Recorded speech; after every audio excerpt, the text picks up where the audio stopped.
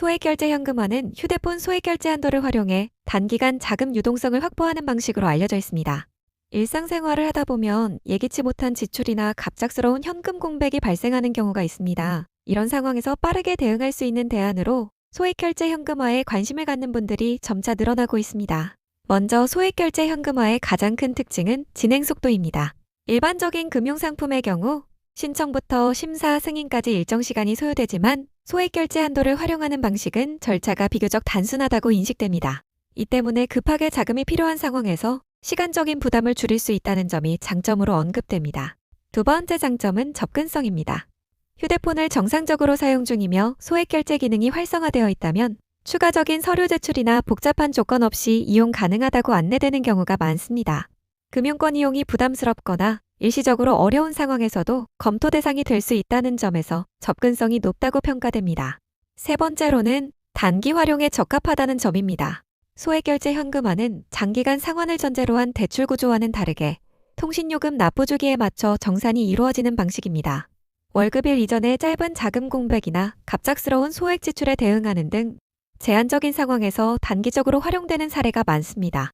또한 일부 이용자들은 신용도에 대한 부담이 상대적으로 적다고 인식하기도 합니다.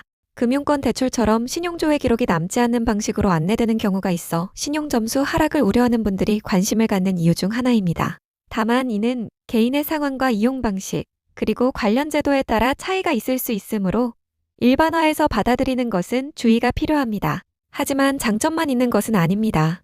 소액결제 현금화는 반드시 수수료 구조를 함께 고려하셔야 합니다. 업체마다 수수료율과 정산 방식이 다르기 때문에 실제로 수령하는 금액이 예상보다 적을 수 있습니다. 사전에 수수료율과 최종 수령 금액을 명확하게 안내받는 과정이 매우 중요합니다. 또한 소액결제는 결국 통신요금으로 청구된다는 점을 잊지 않으셔야 합니다. 납부 기한을 놓치거나 상환 계획 없이 이용할 경우 통신요금 연체로 인한 불이익이 발생할 수 있습니다. 연체가 반복될 경우 서비스 이용 제한이나 추가 비용 부담으로 이어질 수 있으므로 신중한 판단이 필요합니다. 특히 소액결제 현금화를 반복적으로 이용하는 경우 단기적인 편의성에 비해 장기적인 생활비 부담이 커질 수 있습니다.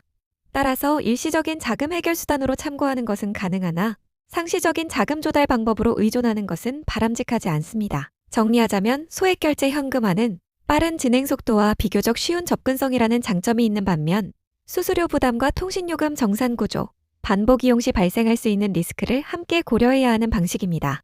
이용을 고려하신다면 본인의 소액결제 한도와 통신요금 납부 여력, 수수료 조건을 충분히 검토하신 후 필요한 범위 내에서 신중하게 판단하시는 것이 중요합니다. 일시적인 상황에서 참고할 수 있는 여러 선택지 중 하나로 이해하시고 무리 없는 범위 내에서 책임감 있게 활용하시기를 권해드립니다.